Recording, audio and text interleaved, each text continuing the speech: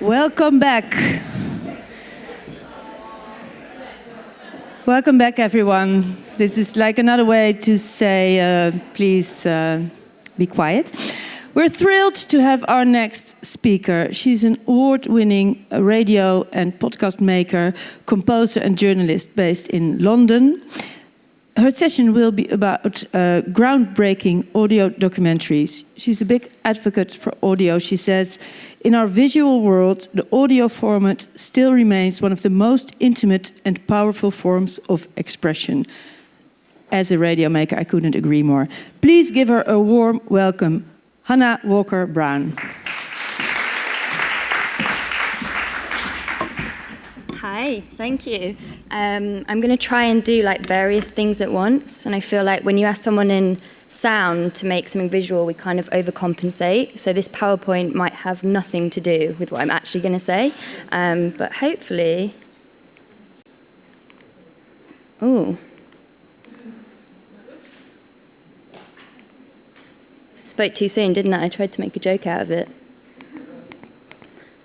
All right, cool. We'll just do it without the PowerPoint, although I hope that will get fixed because there's some sound in there. Yeah? Oh, she's back. It's okay, Vanya was having lunch. Just give me a wave when you figured it out and we can like talk amongst ourselves for 5 minutes. So what I'm going to talk to you about, hopefully, is audio documentary, one audio documentary in particular, one that I made, which I'll come on to a little later. But to start, I just wanted to kind of talk about Yeah. Is this better? I'm really smashing this, guys, aren't I? So one audio documentary in particular that I made, which I'll come on to later. But first of all, I just kind of wanted to talk about documentary. And I think, like this conference, we've seen some really amazing people speak about documentary in all its kind of many mediums. But I think what it comes down to for all of us, be it visual, photo, film, or audio, is this unprecedented access we get into the lives of others. And that's a real privilege, to be allowed into the world, the story and space of a stranger, and essentially talking or filming them or photographing them until we're no longer strangers. And that, for me, is what keeps me in this holding space where someone can just be themselves, be totally vulnerable, and there's great power in that. And as the saying goes, with great power comes great responsibility. So just to kind of set the scene, how are we doing up there, guys? Yeah, we're good. Here we go. So telling true stories in sound, which I've kind of just said. And why is sound unique for storytelling? Well, it's an opportunity to accelerate intimacy. You get very close to a person, literally, like when we're recording someone, we're sat knee to knee, our body language is turned in towards each other, we make eye contact, and you're kind of loving someone in that moment. You know, the rest of the world just kind of melts away, and we're in this together. It also is intimate for the listener. Like listening to a podcast is usually quite a solitary experience. You know, you have headphones on, and there's real potential to envelop the listener within that world. Also, more is said when you can't be seen, and I've put seen in inverted commas because I'm going to kind of explain the flip side of being seen. But when a camera isn't pointing in your face, people relax a lot quicker. They also don't show off as much, I found. Like some people really play up to a camera, and if it's not there, they kind of drop into themselves a lot quicker. But this idea of being seen, I've put here, never underestimate the power. So there is that literal hiding from the camera, but also being seen without our armor, without our guard, like being seen for all our flaws and edges. Something audio does very well. We can penetrate that space a lot quicker. It's very exposing, you know, it's very vulnerable. And it's kind of a huge part of our cultural narrative that if we're not seen, then we don't matter, right? If we're not seeing ourselves reflected in magazines, in the blockbuster movies, then we're not important culturally, our gender, all the above. So yeah, just kind of a double scene there. And I think, you know, the closeness of documentary that really allows that to happen. So I've just put a couple of things here. A good audio documentary, a good piece of tape, prompts understanding on a deeper level than the written word, because we delve into human experience and the human voice. We convey something that's more than facts and stats. And the voice can reveal so much, right? It often betrays our words. And I always think, this might be a very British thing, but it's that when your partner's really pissed you off, it's like the passive-aggressive, I'm fine, when you're not fine, right? That's more obvious. And there are subtler kind of nuances. You know, if someone's about to cry, their lip might tremble, or someone takes an intake of breath when they're about to say something that's quite bold or when they're scared. So it's kind of looking out for all those little very human interactions, which brings me to my documentary, which is called These Roads. And I'm just going to explain the title in a second. But essentially, this is a documentary that allowed me to follow a gang, essentially, a group of young men in a really poor area of East London, where I live. And just to explain the title, kind of give you a little bit of context about these guys. So on-road definition is often referred to as a physical space, a social setting characterized by a distinctive hood mentality, an alternative space that is distinguished by distinct road practices and norms, shared language, which will become very important in this talk, and beliefs and values whereby urban men adopt a particular ideology and way of looking at the world. And this ideology is grounded in a survivalist attitude to the adversity they face in their lives. So I'm just going to play you the opening of this, just kind of bring you into their world. Do I press it again to make it play? Yeah? I hope. Oh, no. I promise I work in sound. Here's the thing about it, right? There's a lot of kids out here who want so much to be part of this road life, right? Because they see it's glamorized in songs. It's like they think it's cool in it to be about these roads life. Listen, I'm gonna tell you for free, innit? It's fun. Don't get me twisted. It's fun. It's exciting. There's a lot of positive that comes out of it. There's a lot of good things that come out of it. There's unity. There's brotherhood. There's so much. You understand? And you have fun in it. And it's not legal fun. It's not morally correct fun, but it's fun nonetheless. But I'm telling you now, you can tell the real from the fake when a bullet goes off. 100%. Do you understand? When beef kicks off, if man run upon you, you can tell instantly who's bad at this and who ain't in it. If you run from the battlefield when your boys are still there, don't come back to the hood. Do you understand? A lot of guys think it's a joke. It's not a joke. It's not a joke. Friends take out friends for bullshit like that. If you know you are not down, if you know you're not ready to die, you're not ready to kill, and you're not ready to do time, stay off the roads. It's that simple.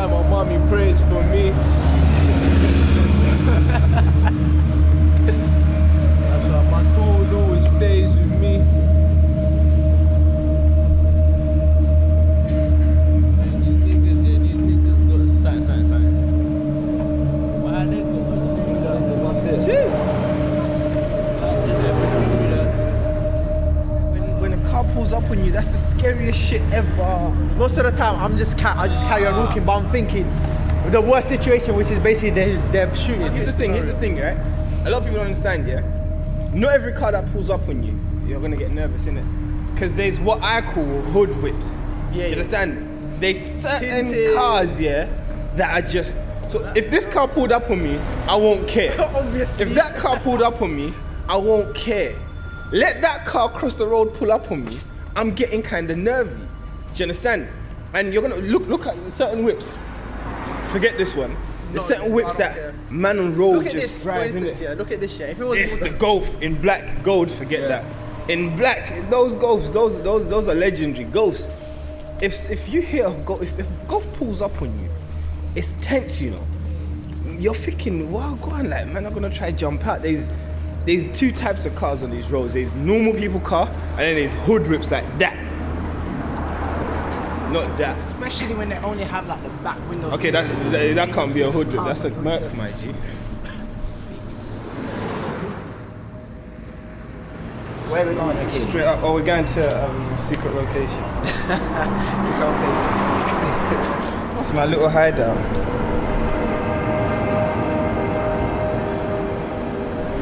Five minutes we could be there.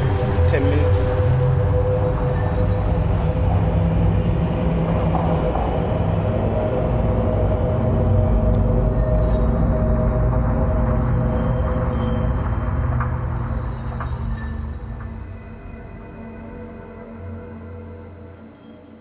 Can you all hear? I just realised it, yeah. Everyone looks up at the same time. Okay, cool. There's one thing that I also wanted to mention, just in terms of this title, Road. So in London, there is a postcode war, which means certain areas are at war with each other based on their area code, right? Which is fucked, like it sounds like madness. But it's true and it happens, and these kids, depending on their parents, like socioeconomic background, or where the government have placed them in housing schemes, kind of depends whether they're living or dying. Because you don't even have to be affiliated with a gang, but if a rival gang has had a member killed by that area, they'll just go and kill someone from that area. So yes, it sounds mad, but this is their reality. And a lot of these areas are separated by maybe a street corner or a road. They haven't got borders across them. There aren't kind of guards protecting these streets. It's just kind of how one street bleeds into another. So just something to mention.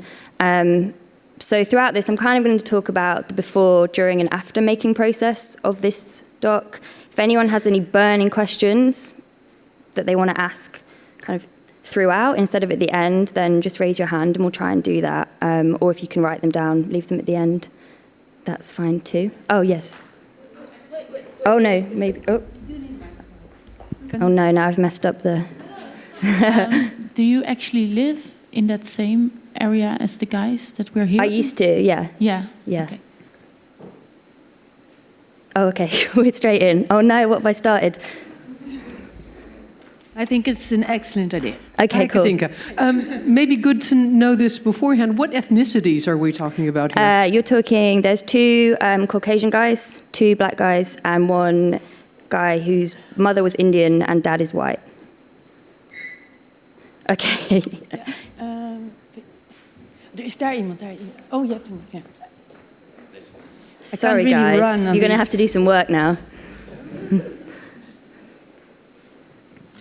I'm just wondering if any layers have been developed behind the postcode war. So what I mean is, have the different postcode regions developed ideologies of some type, or is this just only going by my number is and my letters are? Yeah, I mean, kind of like how, I mean, they haven't copied kind of the Bloods and the Crips in the States, and they kind of get very angry when people suggest that. But there are various gangs with different gang names, different styles, different ethnicities that kind of come from these different spots. It's basically, essentially, where you are placed at birth. So a lot of very poor areas, essentially. Any more questions? All right, okay, I'll try and do a bit of talking and then we can open it out again. So before, my kind of inspiration, essentially for this, although this happened many, many years before, was the London riots.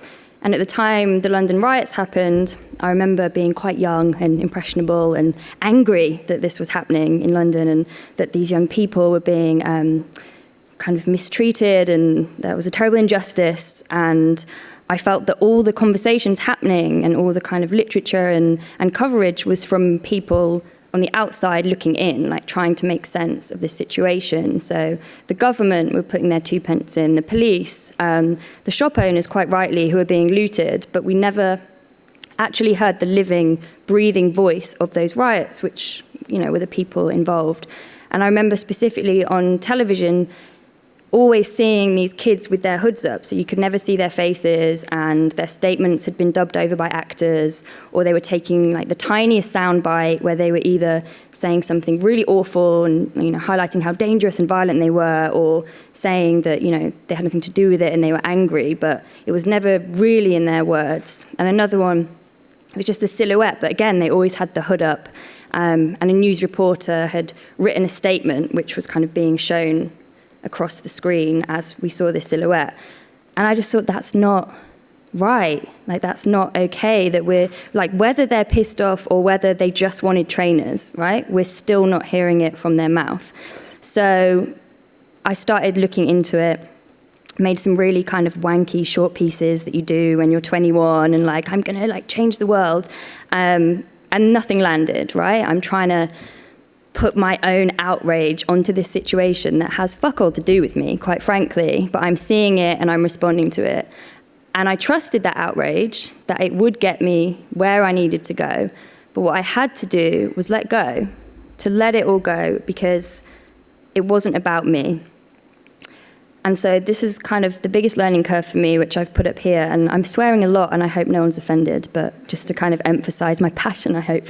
So leave your ego behind the door. Shut the door, bolt it, draw a curtain across the door, put a guard dog in front of that, a really big dog, right? Essentially, you can't go in with your own bullshit, your own prejudice, your own idea of a situation. If you want to make authentic documentary, if you want to get to the human level that I think is the most powerful in what we do, you can't go in with your own shit, you know. And true, some of those people felt like me, but a lot of them didn't. And I had another example of this. I was in Bangladesh a few years ago making a documentary with teenage girls who lived in the slums and had been taken out of school as young as 8, given to much, much older men, essentially impregnated, then beaten when they realized that their parents had no money, and given back to their families. And we met these girls when they were 14, 15, so they had 1 or 2 young children. They're also supporting the rest of their family by working in factories. And what they do to work in these factories is they fake their birth certificates and IDs to say that they're 18 so that they can earn an income. And, you know, the kind of Western finger of privilege points that out as, this is so wrong, and this is child labor, and we shouldn't be doing this, and something has to stop. And they're like, what do you mean something has to stop? Like, this is freedom for us. This is our independence, right? This isn't evil. You know, evil being raped by a middle-aged man and being stolen from your family, but being able to come back and earn a living, like, that's great for us. And it really made me stop and think, okay, you know, I have to see this from another angle. And actually, you don't have to agree with it, and you don't have to ever fully understand it, but what you actually have to do is just empty out. And this is where I make a link to my millennial crisis of becoming a yoga teacher. So we talk about teaching yoga as being in service, right? You are in service to your students. When you step on the mat to teach them, you can't come in with your own crap, right? You almost have to be an empty vessel, so you are ready to carry anything that they need, and you can facilitate that, right? You can hold that space. So empty out, so you can tune in to whatever they need. And the same with a story. If you empty out, you can carry that story, right? Whatever needs to happen with it to the listener. So again, with yoga, you set an intention. I don't know if anyone does yoga, but if you go, no, everyone's like, no, it's a serious journalist conference. If you set an intention and you just breathe when you get on the mat, right? sometimes you can just suddenly wake up, it's the end of the class, you feel really good, you've got no fucking idea what's happened. And it's the same with this. And I think the photographer said it upstairs, it's that moment when the world just stops. And you can't do that if you're carrying all your own shit in. So yeah, if you do it right, you disappear. The armor of label or title drops. This was something I was going to talk about earlier, but I fucked the slides up, so I'll come back to it now. But this idea of being human, of, we can hide behind the title and armor of journalist or producer or executive, right? It allows us into certain spaces. It gives us the opportunity to ask certain questions. And I always think about it, and I teach as well, and students that go into an interview with their questions, like the serious journalist has their questions. And I'm like, but if you lower the questions, if you drop that guard, that armor, then you can make eye contact, and that's human. And so that's where we kind of need to be, especially with telling the stories that are difficult, or the stories that are so unlike our own. Like, we need that human connection, like to feel it in our bodies, #yoga, and in our guts, right? If something's wrong instantly if you're in tune. When someone's lying, when someone's in a lot of pain, if you take their body language, their emotional cues. If you've got a piece of paper like this, how do you get any of that? So that was kind of what I wanted to say. And then essentially this, when we let go, we give permission for others to as well. When we are vulnerable, when we are exposed, like talking in front of you now, it's very exposing. I feel very vulnerable. But how can we expect our interviewees to go there if we're not willing to go there ourselves? So, during this documentary, how did I make it? I'm going to play you some more clips in a bit when I'm bored of my own voice. So this is kind of an interesting story. It was a chance encounter, essentially, that I had with these guys. And this is a section I'm calling Trust, Trust, Trust, and a microphone. So I was following a friend of mine who was involved in the riots, who I met through doing those terrible projects. And he was starting to develop a charity called 1 Minute in May, which is essentially set up to commemorate all young people killed by youth violence in London. So every 1st of May, the plan was that they would all gather outside Parliament, release 100 black balloons, and have a minute's silence. And that part of London isn't a safe postcode for everyone, but there was kind of this unsaid rule that on that day they would call a truce. And they did. And so on the first day, I was there with him, recording everyone, like getting all the information. They had bands play, they had people do speeches, they had the families of murdered kids get up and talk. And it was really powerful and really moving. And there were these 4 guys who were kind of stood on the periphery, looking a little bit scared, not just a little bit on edge, not really that comfortable. And I was like, they look like I should talk to them. And just to put the microphone aside for a minute, like I was saying this to someone yesterday, like I'm the sort of person that people talk to for whatever reason. Like I've been sat on the tube with my headphones in, just quietly doing my thing, and someone has literally tapped me on the shoulder to pull my headphones out so they can chat. And this is London, right? We don't even make eye contact on the tube. That's like insane. 1 million empty seats on the train, and guaranteed one person gets on the train, sits next to me, and they're having a deep emotional crisis about something. And I miss every stop because I just can't say no to the conversation. So of course they're going to talk to me, right? Everyone else does. And actually what ended up happening was, as I was coming over to them with my microphone, they were like, we can't talk to you. We want to, but we can't do it here. Can you meet us tomorrow?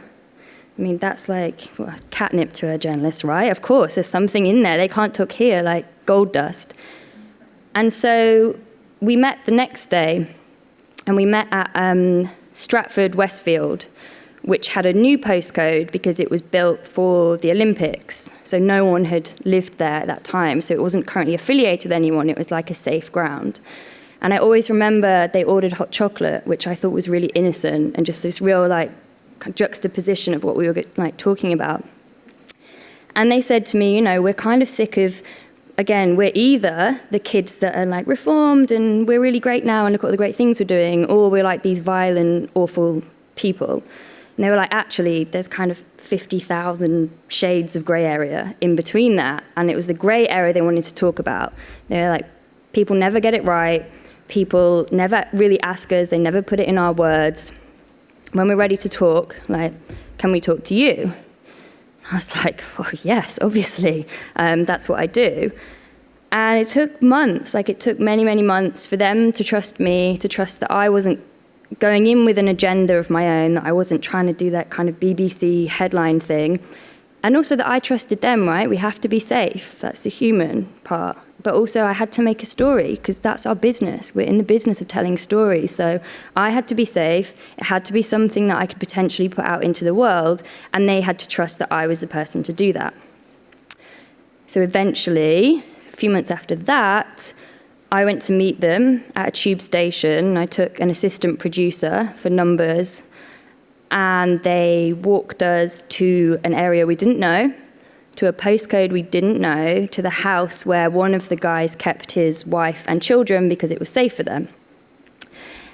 And when I kind of say that out loud, I'm like, that was a really questionable move on our part to like just go into the middle of nowhere with 6 like big guys and not know where we are. But not once in any of our encounters, in any of our conversations, had I ever felt unsafe, right? Again, tuned in. The gut was like, this is fine. But then we got in the house, and immediately one went to lock the back door, one went to lock the front door. And I'm like, can see my assistant at the corner of my eye basically like stop breathing. And I'm like, okay. And then the main guy turns to me, looks me directly in the eyes, like cold as ice, and just says, I don't know if this is your lucky day or your unlucky day. And I'm like, I fucked this. I've actually totally misjudged this, and I'm going to die here.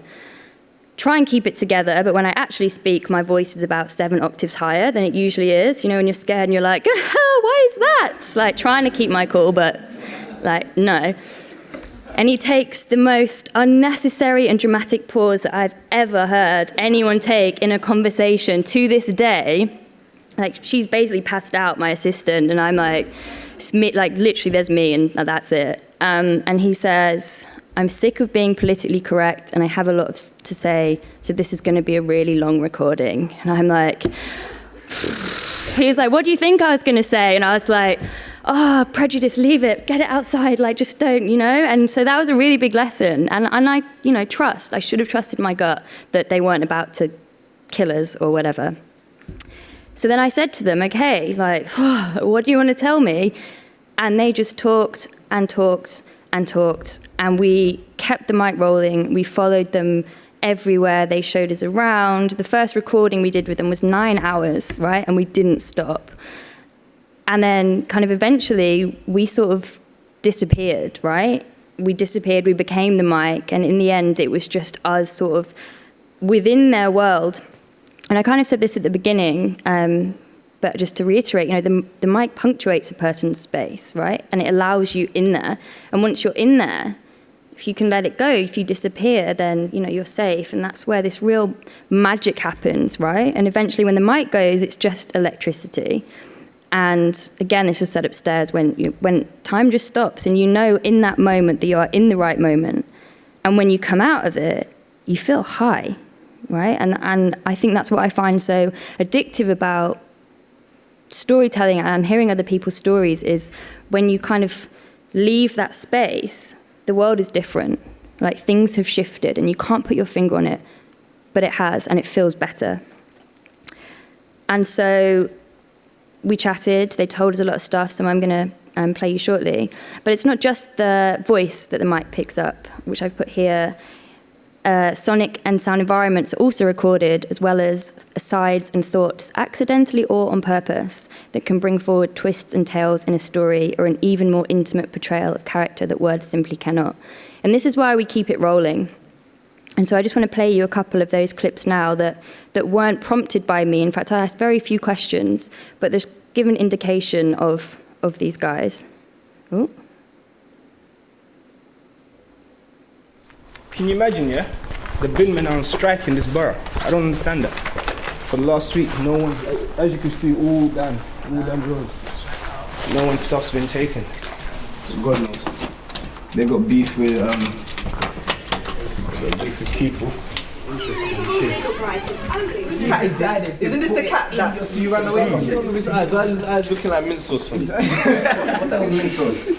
Y'all got some weird taste buds, man. I always ask boss man, yo boss man, you got mint sauce? Nah, man. You're weird. Seriously. I'm never like. Let me just say, my tongue was numb for 2 every weeks. Christmas, innit? Still ain't tried it.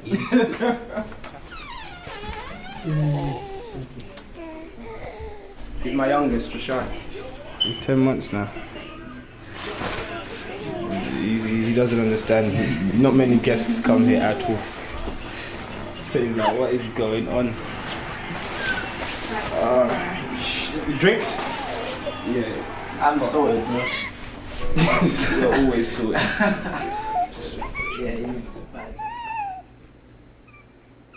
Nothing makes you happier than seeing your kids smile. My 4-year-old, he loves Kinder Surprise. I can't give him the world, but 79p for Kinder Surprise, it means the world to this. He doesn't know how much it costs. It means the world to him. Do you understand? You bring him a Kinder Surprise, he is over the fucking moon. Then this is where they need to be. This is nice. Fam, I never had a garden in my life. Do you understand? Never. Like, I grew up on a block where the old... I had some buff garden, I'm not gonna... Like, the garden we had was shared by a whole bunch of other people. it wasn't no garden. Exactly. Do you understand? Like, they got a garden, they go out there, we play football. They're here, they... Light up on concrete. Yeah, they're nice. Do you know how long it takes for you to hear siren out here? Like, when you hear siren out here, it's like, raw, what happened? Like... But in Plasto, like siren, that's the anthem. Do you understand? Like, I did like 10 times or more, yeah. That's the anthem, like.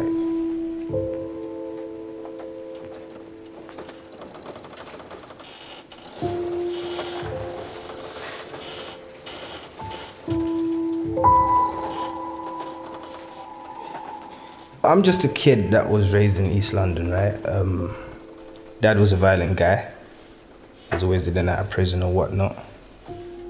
And just grew up on the blocks, just me and my mum. For the first part of it, it was predominantly white. It was a racist area. And it was a thing where us as young black kids, we had to fight our way just to go to the shops because of the racist abuse we used to get. We used to get eggs thrown into our houses. My mum would come to our car, there's banana peels on her window. It was tough, so we always had to fight in it. We weren't even allowed to play out. But then demographics started to change and whatnot. And even though the racism went, because now it became predominantly black, it just made it then dangerous because now you had the racist element gone, but then gangs started to take over. So it was a lose-lose situation. Yeah, that's the environment we were raised in, an environment that was just violent, environment where there was always murders, shootings, environment where drugs were all over the place. And pretty much everyone out there was coming from a broken home.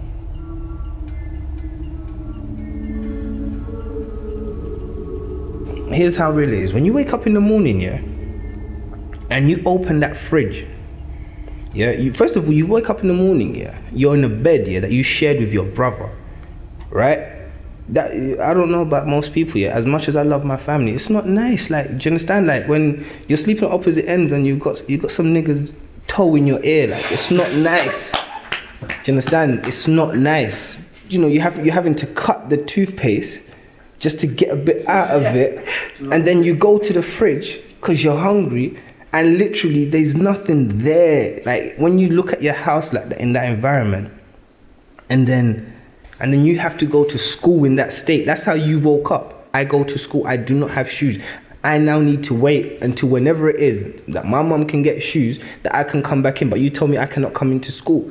I don't know. The reason I'm laughing is because that happened to me. It's real. I went down and the head teacher was like, no, I got shoes for you still. Pulled out some bangers, bro. You know them ones when they go into the lost and found? That's what he did, bro. That's what they do. Like, they don't Geezer understand. brought out some dirty crepes and that, bro. No, but the worst is when they don't even give you crips. They just kick you out. So then you're outside during school time and then you get stopped. Like, why you bunking and stuff? Like, wait, what? I went to school. They kicked me out. Like, what do you want me to do? Crazy how they'll kick you out. You went to school to learn. They'll kick you out because of your shoes. Compulsory. It's not like, it's only compulsory if you have shoes. At the end of the day, I don't learn with my feet. I don't learn with my feet. Push comes to shove, it's the truth. It's the truth. Oh, do I have to? Thanks. Hey fam, if it did, boy, like I'll be scared. I'm not gonna lie. Did you hear about India?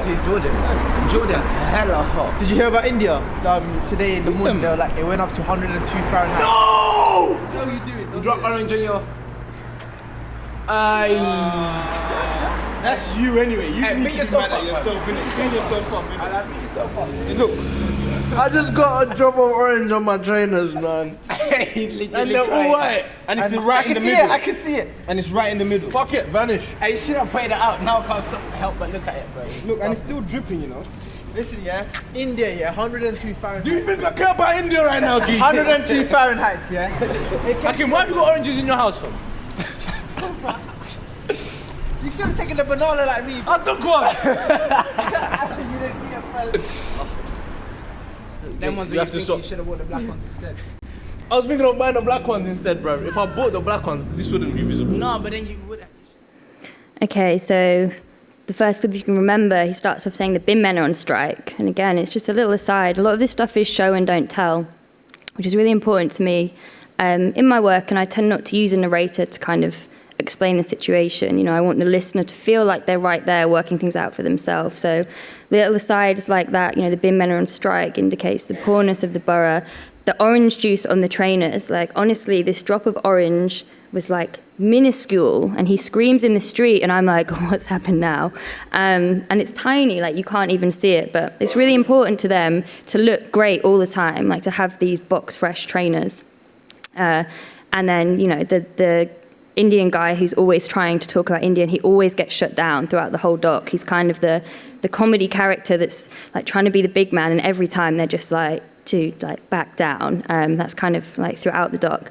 And actually the guy that did drop orange juice on his trainer, he didn't say a word for ages. Unless we were kind of walking around or in a group setting, he'd like chime in. But anytime I was near someone with the mic, he would literally get up and walk to the other side, which is kind of an obvious way of don't come anywhere near me.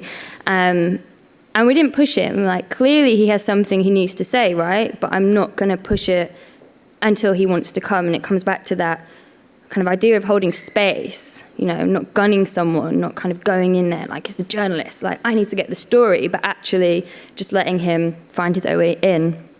And actually, eventually he did do that.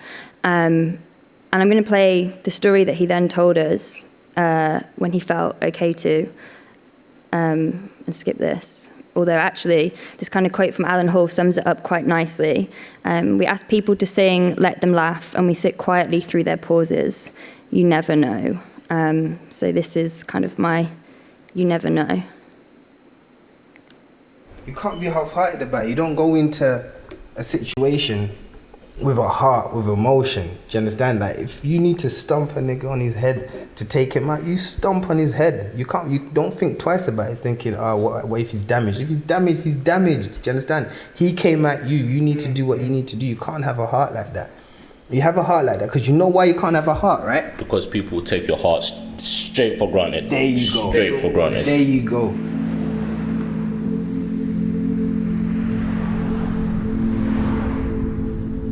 I didn't have any problems in secondary school because of my cousin, and it was all fun times. Like, we grew up together, mate. I'm not even gonna lie, it got peak sometimes. We had to share a bed. But yeah, when I was growing up, I first stayed with my grandma. He used to get beat. He used to accept these beatings with a laugh. He would laugh in my grandma's face, which would make her want to beat him more. She would just get tired and be like, "Get the fuck out of here." So, I mean, when you're seeing these things and you're laughing, it's funny because it is funny, but looking back, he was a warrior, man. He was a warrior. In the house was me, my mum, my dad, my 3 female cousins, 2 male cousins, my older brother, my older sister, and we was all living like a 3 bed. And from that, your family unit just gets stronger and stronger. I mean, there's so many stories that could be told about him. He got along with everyone and he knew everyone. When I say he knew everyone, he knew everything about everyone. He just happened to have those connections. So if anything happened to me, I'd just tell him and it wouldn't be a problem for him to sort out. Not that one. Not that No one. one is it? Bikes. Hey, listen. Bikes are communal. Listen, your bike will get robbed. You rob another bike, it will get robbed again, and then you rob someone else's You rob bike. your own bike. Then it ends up being that it's your bike that you robbed. Like, bikes are just communal. Like, it's yours today, someone else's tomorrow. It's like Boris. We're basically implementing Boris's actions, Yep. isn't it? But it's been done from day. Bikes, hey, bikes. Another thing with pedal bikes at night time. That's the scariest sound, you know. Scariest sound. You're when you hear a walking pedal home bike. at night on your ones, yeah? Obviously, you got that one headphone in, not two. Yeah, 100%. You got that one Or headphone you got it in, but you put it or put it low, innit? low. And then you just hear pedal bikes coming from behind. No.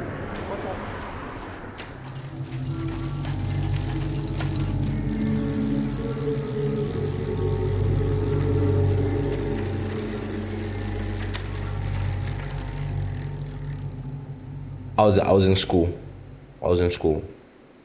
And a teacher came in and was like, oh, I need to speak to you, bring all your belongings and come to my office. So I went to his office. And he's like, oh, I'm gonna take you home. When you're in the teacher's car going home, you understand something's wrong. Yeah, teachers don't drive students home. So I was driven home and I got home and my mum, her lip was just quivering. I knew what had happened. These type of things you don't say, but you know.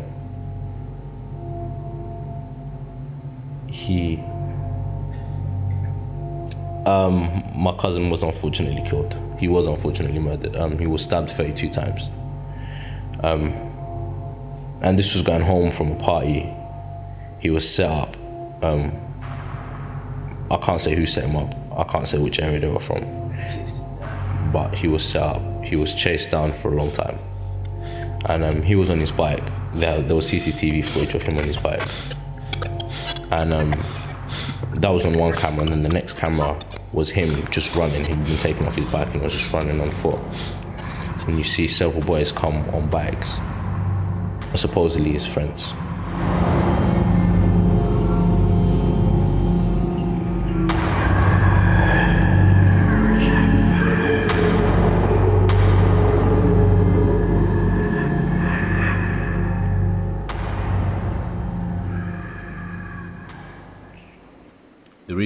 I'm not affiliated with anyone. I can't say I don't because I know people, but You go church with people. Church is good. I'll never forget that. I remember one time I was out here. Yeah? the reason I don't concern myself with all of this in a sense with my involvement is because the second my cousin was taken away, it just shined a new light. Like the second that happened, you just think very strongly about life and what's going on within the society that you live in. You have to think strongly, you have to.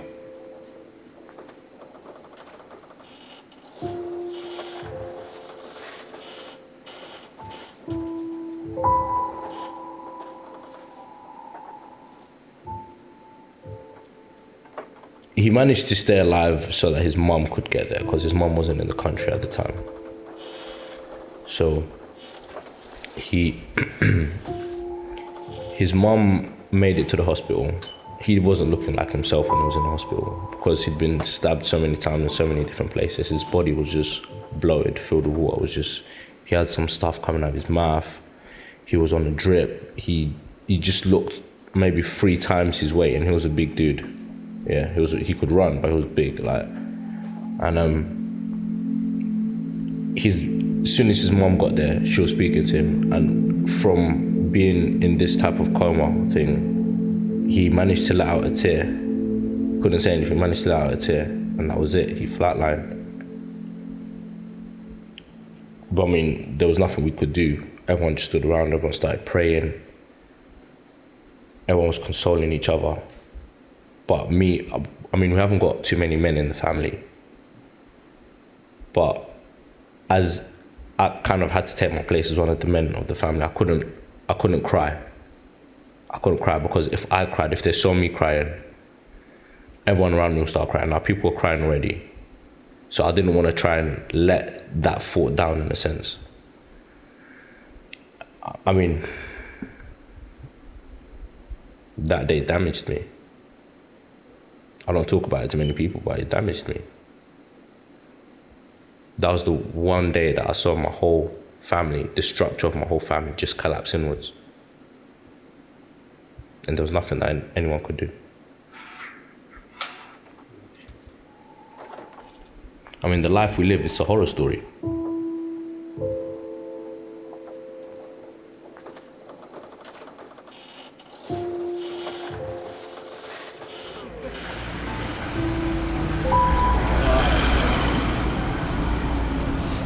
The roads ain't safe. That's why my mommy prays for me. That's why my tool always stays with me. Man, these niggas got sign. Just going to stop that because I'm aware that we are running out of time. Does anyone have any burning questions? Sorry to pull you out of that in such an abrupt way. Sorry. Sorry. Oh no. About the story, was the cousin retaliated or not? Say again? Retaliated, did they go into the other postal area code to kill someone? Yeah, he left the party. Huh? No, he knew a lot. He says in the beginning, he knows a lot about a lot of people, and then he ended up being set up by friends because he knew too much. So they followed him from a party. Yeah. No, they kind of drew a line after that. I think it was so violent. What would be the ideal location for people to listen to this? Oh, you can listen to it on my website. It's just myname.com. But for you, do you want people to, listen to it in a big space where people can talk about it later, or just intimate like a podcast? Yeah, I think it was made to be listened to. So a lot of the sound kind of swirls around you. So it comes, and I compose music too. So that's always really important to me. And if I hadn't done too many slides, I would have got on to the sound design of this, because all the sounds I recorded from the area and then manipulated or mastered so they sounded like bass lines or other things. So every sound you hear has been collected from the area. It just kind of, apart from the piano, obviously. So when you're in it, you're really in it. And there's also, I know a lot of the clips are really dark that I played. There is some humor in this, not that much. But yeah, you're kind of invited into this world with them in your ears. Some of the clips that you played almost sound like raw footage. And I was wondering, you explained that you, at a certain point, made a decision to leave your ego and leave yourself behind the door. Isn't there a risk if you do too much of it, like leave out any narration, that as a listener you can almost feel blind? Okay, so what's happening? Where are they now? So because you leave out all the narration, right? Yeah. Okay. Yeah, but I think when you hear it in succession, the piece, you're dropped in and then you walk with them. You're with them every step of the way. So, we can use tools in sound design, the opening of a door indicates in the mind, I'm in a new room. You can give the listener these cues, these sound cues that then conjure this image for them. So I think when you're there, it feels like you're just part of them and you're rolling along with them.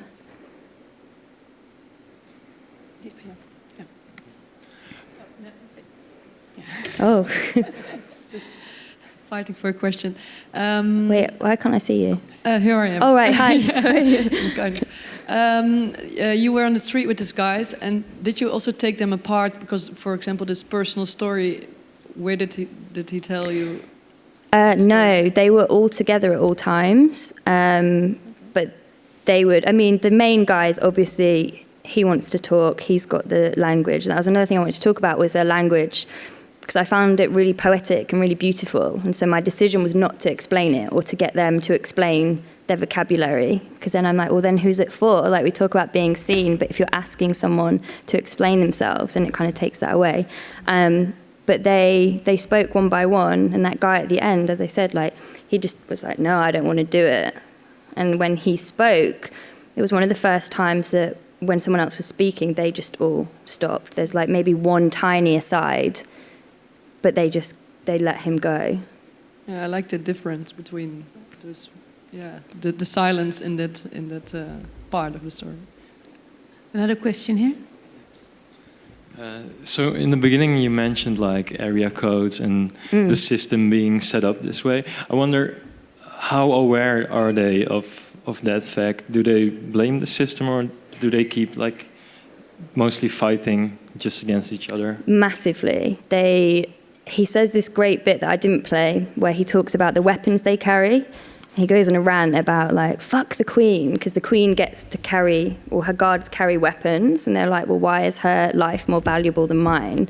And you think, like, in the right arena, these guys could run the world, right? They're smart, they're articulate, they're fully aware of their situation, and their anger is directed in the right place. But I think, there's this whole other world where, why would I go and get a normal job from the government when I can earn all this money dealing drugs and selling weapons?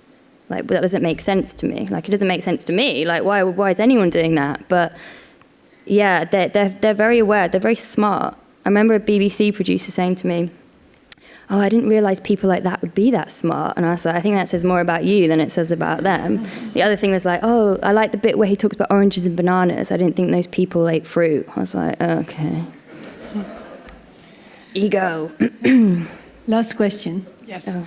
Hi. Hi. It sounds really nice, so I'm gonna hear the rest of it. But my question is, in what way do you let them tell their story? Do you direct anything, or do you ask questions, or are you just a fly on the wall and you just let things happen?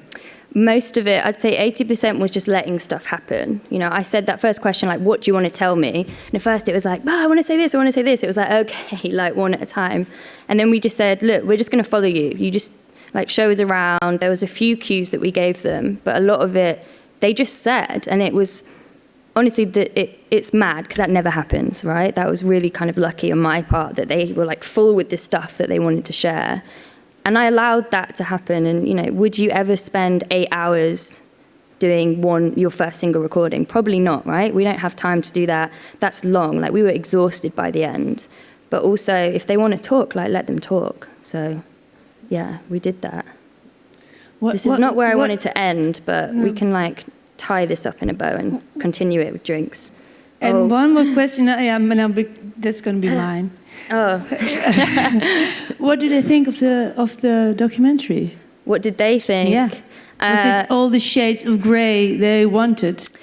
Two did. It was funny, someone else mentioned this, but every couple of months I would get a text message from a new number because they don't keep their phones for longer than a certain point. Of course, for safety. Yeah, and so I text one and he was like, oh my God, amazing, like, can't wait, really was happy with it. He now goes around the world and gives talks to young people about gang violence and youth crime and ways that people can kind of get out of that. And this documentary made him do that? I think he was there anyway, but he went with it. And then everyone else, you just get this number has not been recognised, so I don't know. I don't even know if they're still alive. Yeah, I understand. But they live within this, so their voices live. So, yeah. Well, thank you. I think it was fucking amazing.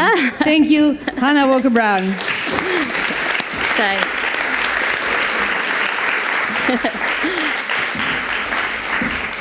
Here in the Grote Zaal, we will go on with British photographer Guy Martin, based in Istanbul, a session about the interplay of the physical and the virtual, the seen and the unseen, his use of facts and fiction in the photo project The Parallel State. In the studio upstairs, you can listen to Richard